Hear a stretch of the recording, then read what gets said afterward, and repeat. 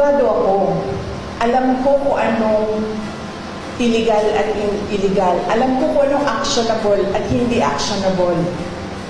Hindi actionable ang maghabilin ka.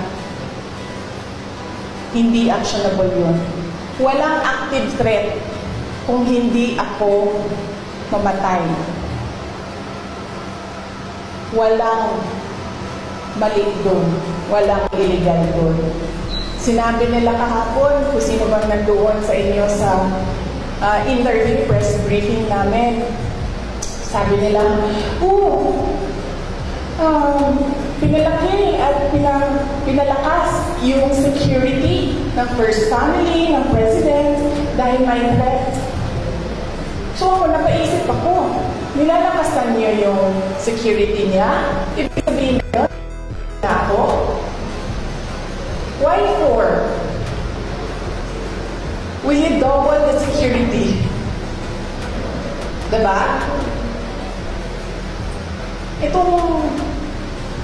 Itong mga dictators and oppressors, unfortunately, hindi sila magaling mag-isip.